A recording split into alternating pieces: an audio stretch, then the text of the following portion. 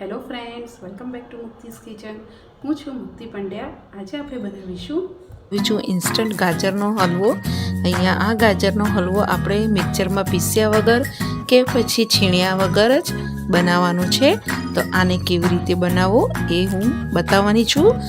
જો તમને મારી રેસીપી ગમે તો મારી ચેનલને સબસ્ક્રાઈબ કરજો, બેલ આઇકન પર ક્લિક કરજો.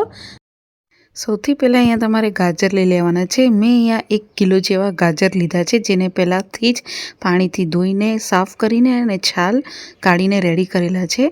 ગાજરમાં તમારો સફેદ જો ભાગ હોય યલોશ પડતો એ તમારે કાઢીને આવી રીતે રફલી ચોપ કરવાના હોય છે. હવે આપણે આ ગાજરને ફરીથી ધોવાના નથી અને હવે આપણે આ ગાજરને સાઈડમાં મૂકી દઈશું અને બીજી સાઈડ તમારે અહીંયા દૂધ ગરમ કરવા મૂકી દેવાનું છે.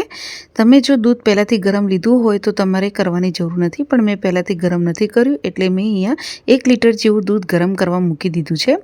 હવે આપણે બીજા ગેસ ઉપર કુકર લઈ લઈશું. કુકરની અંદર તમારે 1 થી 2 ચમચી જેટલું ઘી નાખવાનું છે.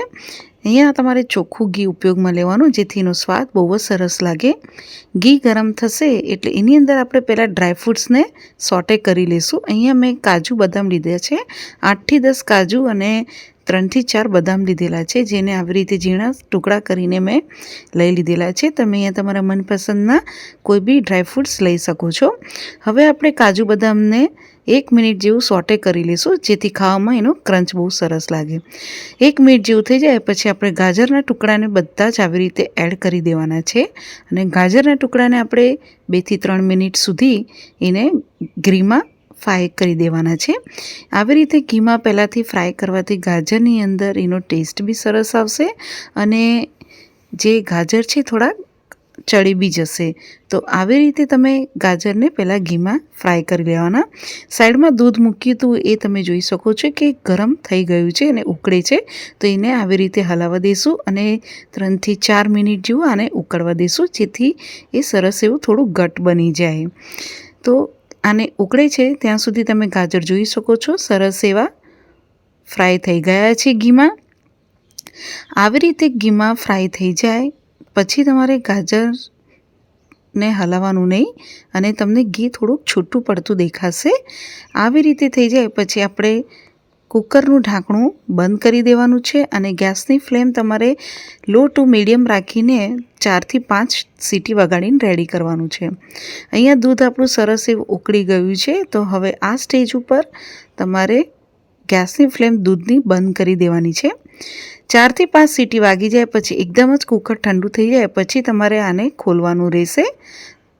બાફતી વખતે પાણીનો ઉપયોગ જરા બી નહીં લેવાનું, એ ખાસ ધ્યાન રાખવાનું. તમે જોઈ શકો છો કે આ ગાજર આપણા સરસ એવા બફાઈને રેડી થઈ ગયા છે. આ રીતે બફાઈ જાય પછી એને 1 મિનિટ જેવું ફરીથી ઘીમાં આપણે ફ્રાય કરી દેવાનું છે. ગેસની ફ્લેમ તમારે અહીંયા લો ટુ મીડિયમ જ રાખવાની રહેશે. આવી રીતે મિક્સ થઈ જાય અને ફ્રાય થઈ જાય પછી જે આપણે દૂધ ગરમ કરીને રાખ્યું છે એ સરસ એવું ઠરી બી ગયું છે અને એને હવે આપણે ગાજરની અંદર એડ કરી દઈશું. અહીંયા મેં 1 કિલો ગાજરની અંદર 500 થી 700 ગ્રામ જેટલું દૂધ લીધું છે. તમારે જો વધારે લેવું હોય તો લઈ શકો છો અને ઓછું લેવું હોય તો તમારા ટેસ્ટ પ્રમાણે અહીંયા લઈ શકો છો. હવે દૂધને બી આપણે ગાજરમાં મિક્સ કરી લઈશું.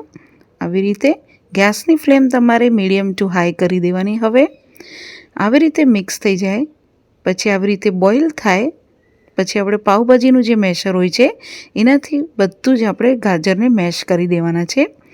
ચમચાની મદદથી તમારે હલાવતું રહેવાનું અને આવી રીતે મેશ કરતું રહેવાનું. જ્યાં સુધી ગાજર તમારે એકદમ સરસ મેશ ન થઈ જાય ત્યાં સુધી તમારે હલાવતું રહેવાનું. તમને જો પહેલાં દૂધ નાખતા પહેલાં મેશ કરવું હોય તો તમે કરી શકો છો. આવી રીતે મેશ થઈ જાય પછી ફરીથી ચમચાની મદદથી હલાવવાનું અને જોઈ લેવાનું કે કોઈ બી આખા ટુકડા રહ્યા છે કે નહીં. અને જો રહ્યા હોય અને તમને લાગે તો તમે ફરીથી પાઉંભાજીના મેશરથી મેશ કરી શકો છો. હવે આપણે આને દૂધ બળે ત્યાં સુધી કૂક કરવાનું છે અને આવી રીતે બનાવી લેવાનું છે. કમસે કમ 10 થી 12 મિનિટ જેવું દૂધ બળે છે અને ગેસની ફ્લેમ તમારે લો ટુ મીડિયમ જ રાખવાનું રહેશે અને દૂધને બધું બાળવાનું રહેશે. 12 મિનિટ જેવું થશે પછી તમે જોઈ શકો છો કે દૂધ આપણું સરસ એવું બળી જાય ગયું છે. પછી આની અંદર આપણે ટેસ્ટ પ્રમાણે સાકર એડ કરવાની છે. અહીંયા મેં 1 થી 1.5 વાટકી જેટલી સાકર એડ કરી છે.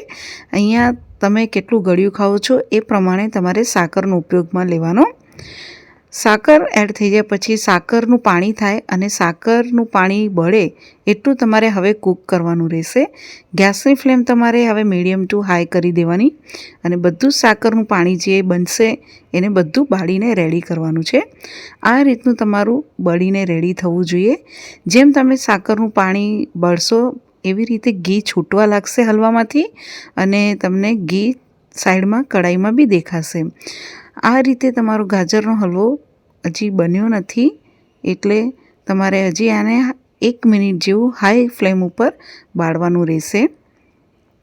તમે જોઈ શકો છો કે 1 મિનિટ પછી બધું જ સાકરનું પાણી બળી ગયું છે અને આપણો હલવો એકદમ જ દાળેદાર જેવો બનીને રેડી થાય છે.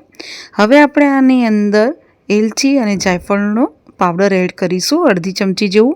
તમને જો જાયફળનો ફ્લેવર ના ગમતો હોય તો સ્કીપ કરી શકો છો. હવે આપણે સરસ રીતે આને મિક્સ કરી લઈશું. ગાજરના હલવામાં એલચીનો ફ્લેવર બહુ જ સરસ લાગે છે. જો તમે ખાતા હોય તો જરૂરથી એડ કરજો, એનો ટેસ્ટ બહુ જ સરસમાં લાગે છે. તમારે ડ્રાયફ્રૂટ્સ જો પહેલાં ઉપયોગમાં ન લેવા હોય અને પાછળથી એડ કરવા હોય તો કરી શકો છો. ફાઇનલી અહીંયા ગાજરનો હલવો બનીને રેડી થઈ ગયો છે. ઘી બી સરસ એવું છૂટું પડી ગયું છે અને પાણીનો ભાગ બધો જ બળી ગયો છે. આ રીતે તમારો દાણેદાર હલવો બનીને રેડી થવો જોઈએ. તમે જોઈ શકો છો આપણો હલવો એકદમ જ પરફેક્ટ રીતે બને છે. તમે કોઈ કહેશે નહીં કે તમે ઇન્સ્ટન્ટ આ ગાજરનો હલવો બનાવીને રેડી કર્યો છે. આ રીતે તમારો પરફેક્ટ ગાજરનો હલવો બનીને રેડી થવો જોઈએ. હવે આપણે ગેસની ફ્લેમ બંધ કરી દઈશું અને આ ગરમ ગરમ હલવાને આપણે સર્વ કરી લઈએ. અહીંયા આપણો ગાજરનો હલવો મેં સર્વ કરીને રેડી કર્યો છે. ઉપરથી થોડા ડ્રાયફ્રૂટ્સ મેં એડ કર્યા છે અને માનશો નહીં કે આ હલવો એટલો સરસ અને ટેસ્ટમાં લાગે છે. નક્કી કોઈ કહેશે નહીં કે તમે આને બાફીને આવી રીતે રેડી કરેલો છે. ના છીણવાની ઝંઝટ, ના કોઈ મહેનતની ઝંઝટ. આ ગાજરનો હલવો બહુ જ ટેસ્ટમાં બનીને રેડી થાય છે. તમે જરૂરથી ટ્રાય કરજો અને તમે ટ્રાય કર્યા પછી તમારા હાથે કેવો બને છે એ મને કોમેન્ટ્સ બોક્સમાં જણાવજો. અને તમને જો મારી રેસીપી ગમે તો મારી ચેનલને સબસ્ક્રાઈબ કરજો, બેલ આઇકન પર ક્લિક કરજો અને મારી ચેનલને શેર કરજો. અને જો તમને ગમે તો મારી ચેનલને લાઈક કરજો. Thank you for watching.